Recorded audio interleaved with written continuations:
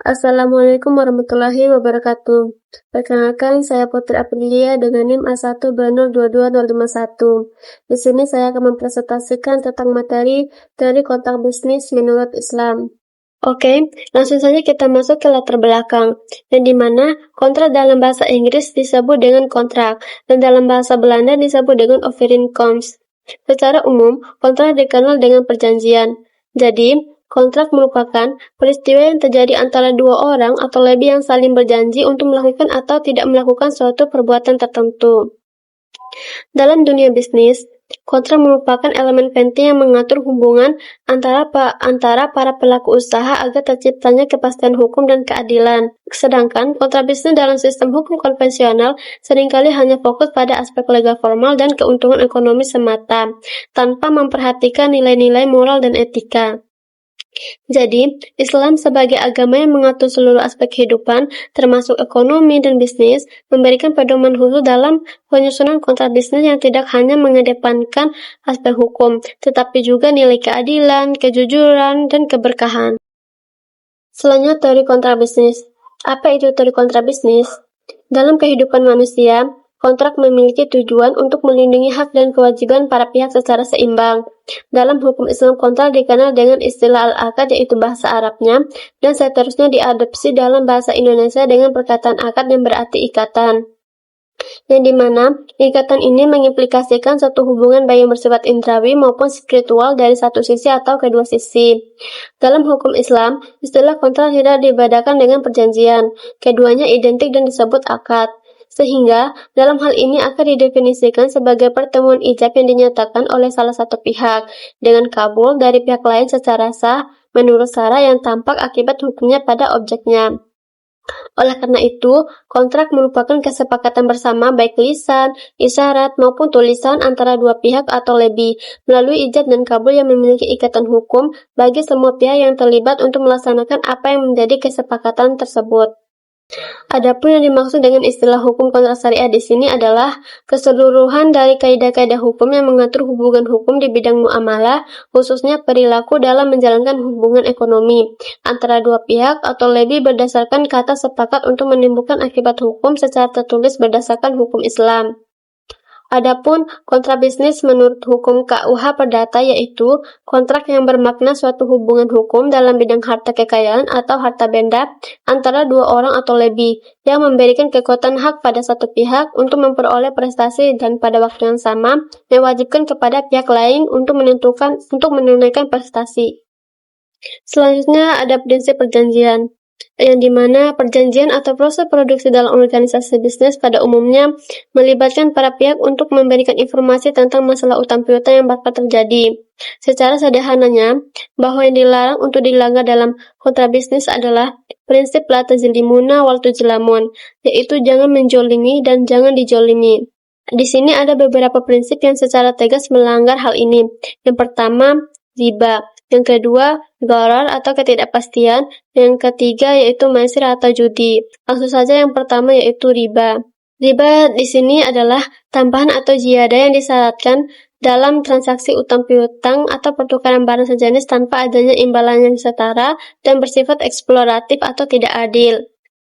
Seperti pada bunga bank konvensional yang dimana peminjam membayar lebih dari pokok pinjaman karena waktu atau penangguhan.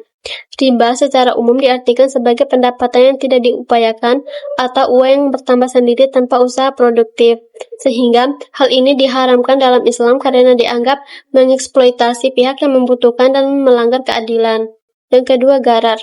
Gharar berarti ketidakjelasan atau ketidakpastian yang berlebihan dalam transaksi, yang bisa menimbulkan spekulasi atau pertaruhan sehingga salah satu pihak berpotensi dirugikan, seperti menjual barang yang belum ada wujudnya, tidak jelas harganya atau berubah-ubah, tidak jelas kualitas dan cara penyerahannya, yang semuanya di mana dilarang karena bertentangan dengan prinsip keadilan dan kejelasan dalam Islam. Yang ketiga, maisir atau judi, yaitu suatu permainan yang menempatkan salah satu pihak harus menanggung beban pihak yang lain akibat permainan tersebut. Selanjutnya di sini ada asas-asas dan syarat sah kontrak bisnis dalam perspektif Islam. Kontrak syariah beberapa tahun terakhir semakin populer, terutama di negara-negara Muslim dan di kalangan umat Islam yang ingin menjalankan bisnis dan transaksi yang sesuai dengan prinsip-prinsip syariah. Kontrak syariah sendiri adalah komponen terpenting dari muamalat, karena dapat membantu memenuhi kebutuhan manusia dan tidak dapat dipenuhi oleh seorang individu tanpa bantuan dari orang lain. Kontrak syariah ini memiliki beberapa prinsip yang berbeda-beda dari kontrak konvensional seperti prinsip keadilan, kebebasan dari riba atau bunga, kebebasan dari gharar atau ketidakpastian, kebebasan dari maisir atau perjudian, dan kebebasan dari haram atau hal-hal yang diharamkan oleh agama Islam. Berikut ini ada beberapa asas-asas kontrak syariah. Yang pertama, asas ibahah, yang dimana asas ini yaitu segala sesuatu yang dianggap halal atau boleh dilakukan, kecuali jika ada dalil yang jelas menyatakan bahwa suatu hal itu haram atau tidak boleh dilakukan. Yang artinya, dalam kehidupan sehari-hari, umat muslim diperbolehkan melakukan semua tindakan dan menggunakan semua benda, kecuali jika ada dalil yang jelas melarangnya. Yang kedua, asas kebebasan berakad. Asas kebebasan berakad ini adalah hak individu untuk membuat perjanjian atau kontrak secara sukarela tanpa adanya paksaan atau tekanan dari pihak lain sesuai dengan kepentingannya. Selama tidak berakibat, maka harta sama dengan jalan batil. Yang ketiga ada asas konsensualisme. Asas konsensualisme adalah asas yang menyatakan bahwa setiap pihak yang terlibat dalam kontrak tersebut harus memberikan persetujuan secara sukarela dan tanpa paksaan. Yang ketiga ada asas konsensualisme. Asas konsensualisme adalah asas yang menyatakan bahwa setiap pihak yang terlibat dalam kontrak tersebut harus memberikan persetujuan secara sukarela dan tanpa paksaan. Asas yang keempat yaitu asas janji yang mengikat, yang dimana asas janji dalam kontrak syariah memang dianggap mengikat karena didasarkan pada prinsip saling mengikat antara pihak-pihak yang terlibat dan wajib untuk dipenuhi. Jika ada salah satu pihak yang tidak memenuhi janji atau perjanjian yang telah disepakati dalam kontrak syariah, maka pihak yang lain berhak untuk mengambil tindakan hukum untuk menyelesaikan masalah tersebut. Asas yang kelima yaitu asas keseimbangan, yang dimana asas keseimbangan ini adalah asas yang menekankan pentingnya kesetaraan antara pihak-pihak yang terlibat dalam sebuah kontrak syariah. Asas ini mengharuskan para pihak untuk saling memberikan nilai yang sepadan dan seimbang dalam transaksi yang mereka lakukan. Hal ini berarti bahwa pihak yang memberikan manfaat harus menerima imbalan yang setara dengan manfaat yang diterimanya. Begitupun sebaliknya. Asas yang keenam yaitu asas kemaslahatan, yang dimana asas kemaslahatan ini adalah asas yang menekankan pentingnya terciptanya manfaat atau kemaslahatan bagi semua pihak yang terlibat dalam sebuah perjanjian. Setiap perjanjian harus didasarkan pada tujuan yang bermanfaat bagi semua pihak, baik secara materi maupun spiritual. Asas yang ketujuh yaitu asas amanah, yang dimana asas amanah ini adalah masing-masing pihak harus memiliki kejujuran dan kepercayaan dalam bertransaksi dengan pihak lainnya. Setiap pihak harus bertanggung jawab untuk menjaga amanah yang diberikan oleh pihak lain. Yang kedelapan, asas keadilan, yang dimana asas keadilan adalah asas yang mana setiap pihak harus diberlakukan secara adil dan merata, tanpa adanya diskriminasi atau perlakuan yang tidak adil.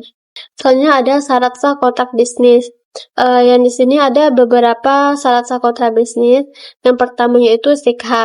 Sikhah adalah proses persetujuan yang dilakukan antara dua belah pihak untuk melakukan suatu transaksi atau kesepakatan berdasarkan prinsip-prinsip syariah. Sikhah ini dapat berupa lisan, tulisan, atau perbuatan. Proses sikhah ini harus dilakukan secara jelas, tegas, dan terperinci mengenai objek kesepakatan, harga, waktu, dan syarat-syarat lainnya. Yang kedua, akidani. Akidani adalah pihak-pihak yang sepakat melakukan kontrak atau perjanjian sesuai dengan prinsip-prinsip syariah. Akidani ini terdiri dari dua pihak yang memiliki peran dan tanggung jawab yang sama dalam menjalankan kontrak tersebut. Pihak pertama disebut sebagai pihak pemberi pinjaman, sedangkan pihak kedua disebut sebagai pihak penerima pinjaman. Yang ketiga, ma'qud alaih. Ma'qud alaih ini adalah barang atau jasa yang menjadi objek perjanjian antara dua belah pihak. Yang keempat, maudu al-akad atau akibat hukum akad. Dalam setiap kontrak akibatnya, hukumnya berbeda-beda karena jenis dan bentuk kontrak yang berbeda. Seperti halnya dalam kontrak jual beli, akibat hukumnya berupa pemindahan kepemilikan benda dengan imbalan. Dalam kontrak hibah, akibat hukumnya berupa pemindahan kepemilikan benda tanpa imbalan. Dalam kontrak sewa-menyewa, akibat hukumnya berupa pemindahan kepemilikan manfaat dengan imbalan. Dan dalam kontrak peminjaman, akibat hukumnya berupa pemindahan kepemilikan manfaat tanpa imbalan. Selanjutnya, perbedaan kontrak bisnis menurut Islam dengan kontrak bisnis dalam sistem hukum konvensional. Perbedaan bank syariah dengan bank konvensional adalah terletak pada landasan operasi yang digunakannya. Kontrak bisnis Islam berlandaskan prinsip syariah yang mengedepankan keadilan, kejujuran, dan keseimbangan antara hak individu dan kepentingan sosial. Kontrak Islam harus memenuhi syarat berupa kejelasan objek dan kesepakatan bebas dari unsur riba, gharar atau ketidakpastian, serta memastikan barang atau jasa yang diperjanjikan halal dan tidak merugikan salah satu pihak. Selain itu, kontrak Islam mengutamakan aspek moral dan spiritual dalam transaksi bisnis, sehingga tidak hanya berorientasi pada keuntungan material semata saja. Sementara itu, kontrak bisnis dalam sistem hukum konvensional lebih berfokus pada kepastian hukum dan efisiensi ekonomi, dengan menitik beratkan pada asas kebebasan berkontrak dan pemenuhan formalitas hukum positif yang berlaku. Kontrak konvensional cenderung bersifat fleksibel, mengizinkan opsi perjanjian lebih luas selama tidak bertentangan dengan hukum positif, dengan penyelesaian sengketa biasanya melalui pengadilan dan ganti rugi. Fokus utama hukum konvensional adalah aspek legalisti dan efisiensi pasar tanpa mengacu pada nilai-nilai agama atau etik moral khusus. Soalnya di sini ada materi menerapkan teori kontrak bisnis menurut Islam dalam praktik bisnis saat ini. Kebebasan berkontrak merupakan salah satu prinsip fundamental dalam hukum kontrak yang memberikan otonomi kepada para pihak untuk menentukan isi dan bentuk perjanjian yang mereka buat. Prinsip ini tercermin dalam berbagai sistem hukum, termasuk hukum positif dan hukum ekonomi Islam. Dalam sistem hukum positif di Indonesia, kebebasan ini ditegaskan dalam pasal 1338 tentang KUH Perdata yang mengatur bahwa semua perjanjian yang dibuat secara sah memiliki kekuatan mengikat sebagai undang-undang bagi para pihak yang membuatnya. Sebaliknya, dalam hukum ekonomi Islam, kebebasan berkontrak diatur dalam kerangka yang lebih ketat oleh prinsip-prinsip syariah yang secara eksplisit melarang praktik seperti riba atau bunga yang eksesif, gharar atau ketidakpastian yang berlebihan, dan maisir atau spekulasi yang menyerupai perjudian. Sebagai contoh, dalam akad mudharabah, suatu bentuk kerjasama antara penyedia modal dan pengelola usaha. Kebebasan untuk menentukan rasio pembagian keuntungan harus mematuhi prinsip keadilan atau al-adil yang tidak boleh mengarah pada eksploitasi salah satu pihak. Jadi, penerapan teori kontrak bisnis menurut Islam dalam praktik bisnis saat ini penting karena beberapa alasan utama. Yang pertama, kontrak bisnis dalam Islam didasarkan pada prinsip syariah yang memberikan jaminan kesejahteraan dan kesejahteraan bersama, berbeda dengan sekadar berorientasi pada keuntungan.